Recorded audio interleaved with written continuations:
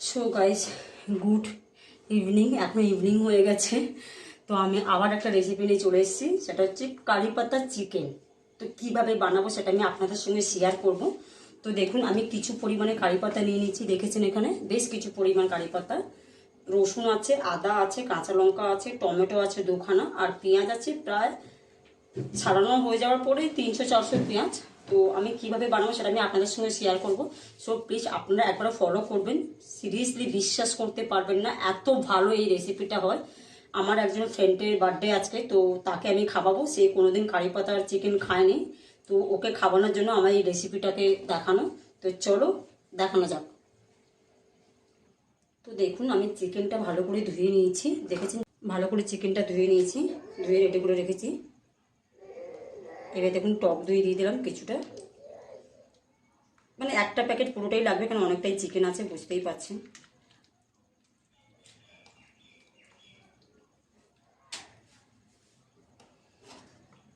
পেঁয়াজ দিয়ে দেবো সবকটাই, টমেটোও অ্যাড করব,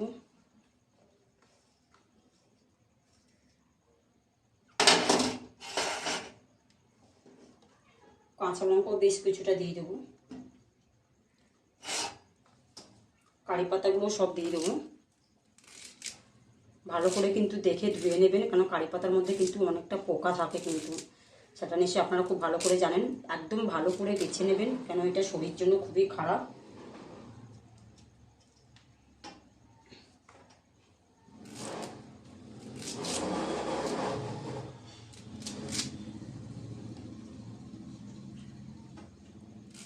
অ্যাকচুয়ালি আপনারা যদি জিজ্ঞাসা করেন যে দিদিভাই আপনি এত রান্না কী করে জানলেন, অ্যাকচুয়ালি আমি ছোটোবেলা থেকে রান্নার কাজ করি।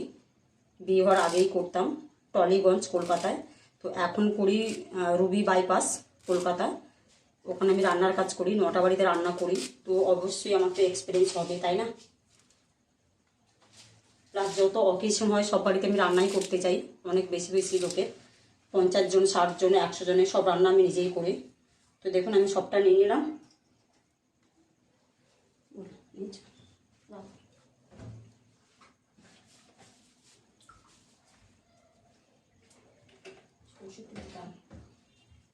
দেখুন, কিছুটা সরষে তেল আমি এর মধ্যে দেবো, আর কিছুটা ফোড়নে দেবো।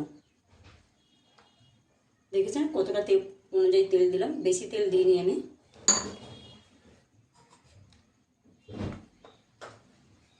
এখানে দেখুন নুন আছে, হলুদ গুঁড়ো আছে, লঙ্কার গুঁড়ো আছে, তো পুরোটাই আমি দিয়ে দেবো।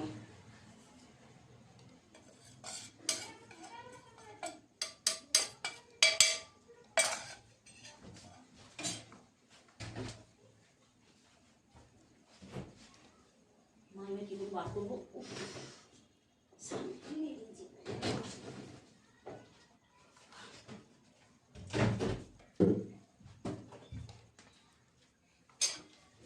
দেখুন, এটা হচ্ছে জিরের গুঁড়ো, জিরের গুঁড়ো অ্যাড করবো।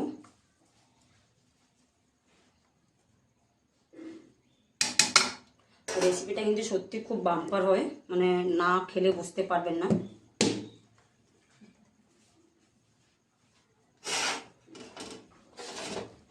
চলো এটা ভালো করে একটু মাখিয়ে নিই।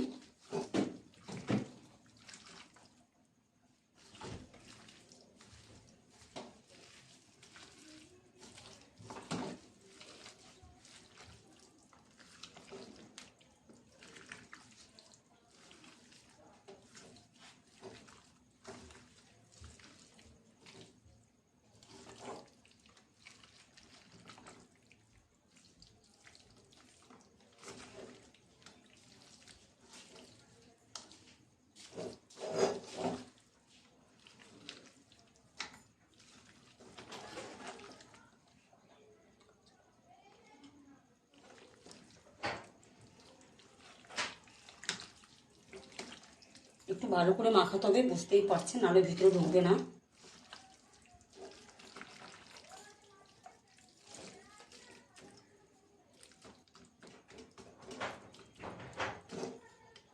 মাখা হয়ে গেছে, আমি এটাকে 10 থেকে 15 মিনিট জাস্ট ঢেকে রেখে দেবো।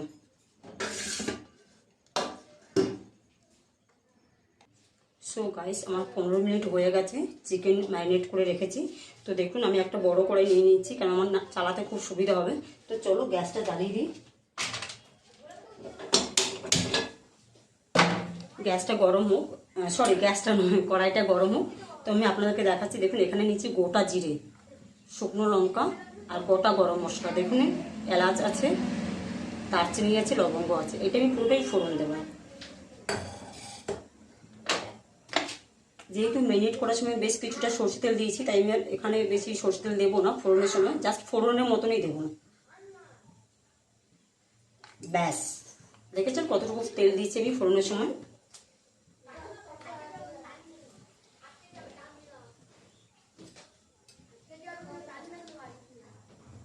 এখন চিকেন কাটলেট হবে।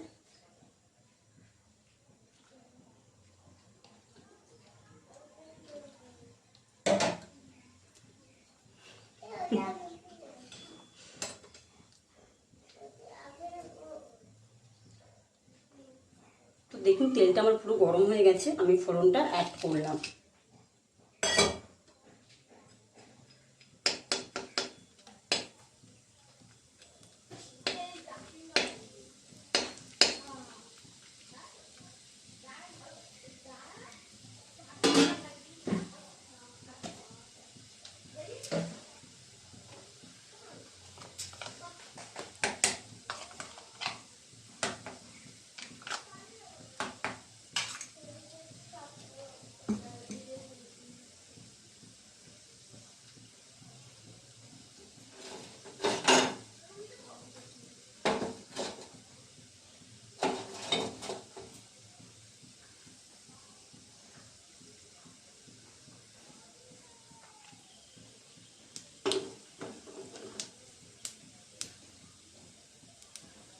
দেখুন ফোড়নটা পুরো লাল লাল হয়ে গেছে। এবার দেখুন এই যে আদা রসুনের পেস্ট ম্যাক্সিমাম 2 থেকে 3 চামচ, মানে এই যে স্পুন চামচগুলো হয় 2 থেকে 3 চামচ,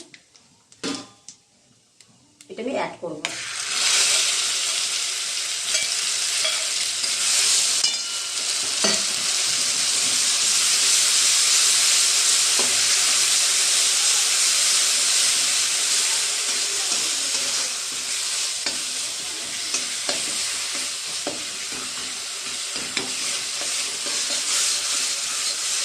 আপনারা ফলো করেছেন, আমি কিন্তু খুবই তেল কম দিয়েছি ফোড়নে, তাতে আমার দেখুন দেখে নিচ্ছি, বুঝে গেছেন। এটাকে আমি মানে 2 মিনিট মতন জাস্ট কষিয়ে নেবো, যাতে সামান্য একটু গন্ধটা বেরিয়ে যায়, কাঁচা গন্ধটা।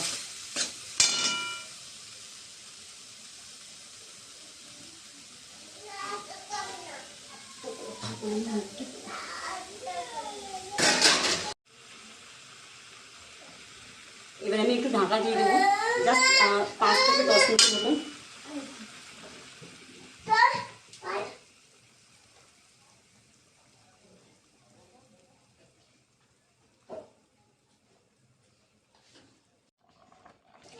সো গাইস দেখুন পুরো আধ ঘন্টা হয়ে গেছে। আধ ঘন্টার পর আমি আবার চলে এলাম আপনাদের সামনে। তো দেখুন আমি দেখাচ্ছি কীরকম কালারটা হয়েছে আর কী অবস্থায় আছে।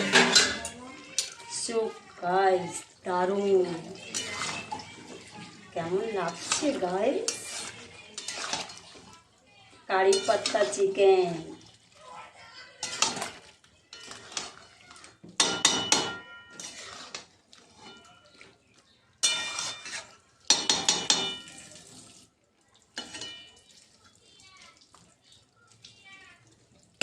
তো চলো গাইস আবার আমি ঢাকা দিয়ে দিই আবার আধ ঘন্টার মতন, কারণ কি আমি খুবই কম আঁচ করে করছি যাতে টেস্ট হয় খুব ভালো আর ভালো খেতে হবে। আমাদের ঢাকনাটা ছোট হয়ে গেছে, কোনো ব্যাপার নয়, ম্যানেজ হয়ে যাবে, ম্যানেজ করতে হবে। চলো আবার আসছি। সো গাইস আবার আধ ঘন্টার পর চলে এসেছি আমি। তো দেখুন রান্না করতে করতে আমার রাত হয়ে গেল, এখন বাজে টাইমিং 6:30। তো দেখুন আধ ঘন্টা পর আবার চলে এসেছি। এইবার চিকেনের কালার আর তার চেহারাটা কি অবস্থায় বানিয়েছি সেটা দেখার জন্য। সবার ফার্স্ট দেখবো আমার আলুটা হয়েছে কিনা। ইয়েস গাইস আলু হয়ে গেছে, চিকেনটাও দারুণ দেখতে লাগছে গাই। ওয়াও,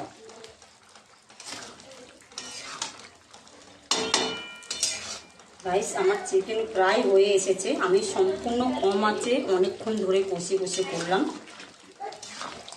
তো দেখুন আমার চিকেনটা পুরো কমপ্লিট হয়ে গেছে। এবার আমি এর মধ্যে গরম মশলা গুঁড়ো দিয়ে দেবো।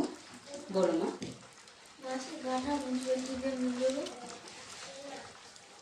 গা মুছবে কেন? কি বলছিস তুই?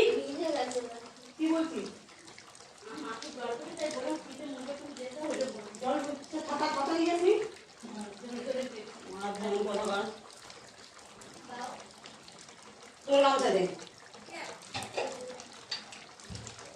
সো গাইস দেখুন আমার চিকেনটা পুরো কমপ্লিট হয়ে গেছে। এখন আমি কি ফেললো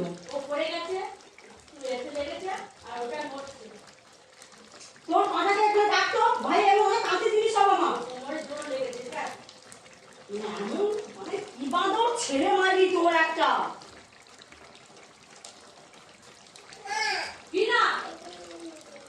সো গাইস দেখুন আমার চিকেনটা কমপ্লিট হয়ে গেছে। আমি উপর থেকে গরম মশলা দিয়ে দিলাম সামান্য পরিমাণে, কেন কি এটা ভীষণ হার্ড হয় গরম মশলাটা বাড়িতে বানানো।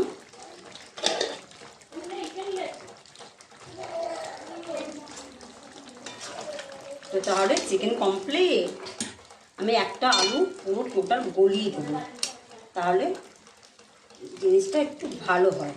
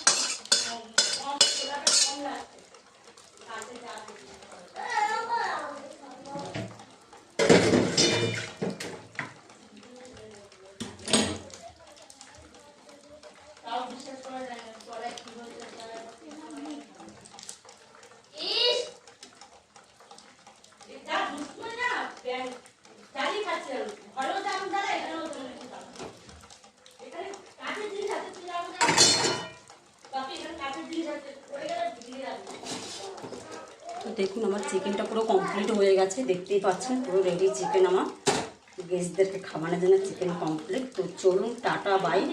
আমি খুব তাড়াতাড়ি আপনাদের সঙ্গে ব্লগটা শেয়ার করবো, কেন কি আজকে নিশ্চয়ই হবে না, আমি আগামীকাল দেখবো শেয়ার করার জন্য, কেন কি ভীষণ টাইম শর্ট। তো চলো টাটা।